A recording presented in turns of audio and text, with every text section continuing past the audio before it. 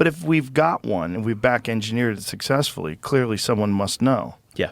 So someone knows. Look, Hal and Eric got very close with the scientists in the legacy program, and we're sharing information, and that got shut down by the CIA. So before it got shut down, they learned a lot about what we've been doing secretly and what we've been figuring out. Jeez. So it's the fucking CIA. Well, look, the film reveals that the legacy program, the crash retrieval reverse engineering program, it has several elements. It's elements of the Air Force, it's elements of the Department of Energy, it's elements of the CIA, and it's defense contractors. And the CIA is the quarterback of the whole thing.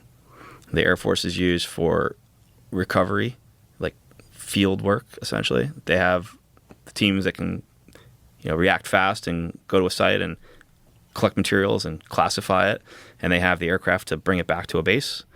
The defense contractors have the technology, know-how, and the engineering skills to do the reverse engineering.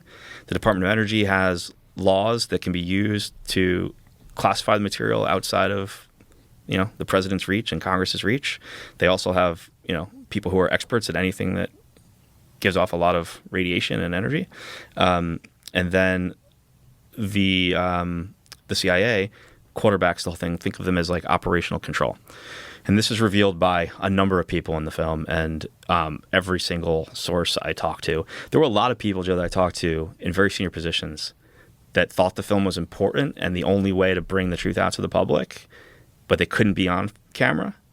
And they guided me, filled in gaps for me, helped me understand the lay of the land. There were some people that told me not to interview. There was a couple people that were sent to me. People wanted to trick me into including them in the film, really, because they were crazy people. And I didn't include them. I got tipped off by people. Don't stay clear of that. That's someone's agenda trying to sink your ship. Right. But I had a lot of folks helping. The Senate Intelligence Committee and the Senate Armed Services Committee were extremely supportive.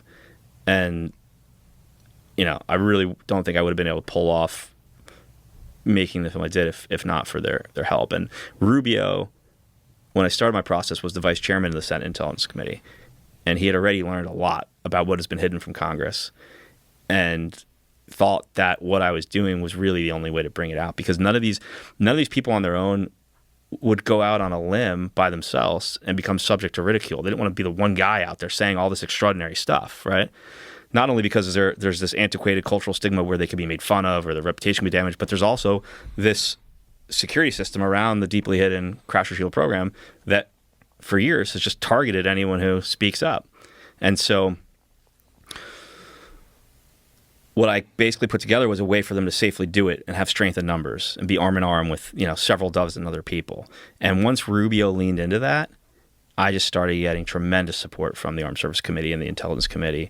And then Senator Rounds became very helpful behind the scenes. Intelligence officials who worked this topic, like Jay Stratton and Lou Elizondo and Hal Pudoff, were extremely helpful behind the scenes, opening doors, introducing me to people. I think that I think this is really the only way we were gonna get this level of information out, by giving people that safety in numbers. And then after this, it's going to require the kind of amnesty we talked about, because this is only what they can lawfully disclose. There's so much more.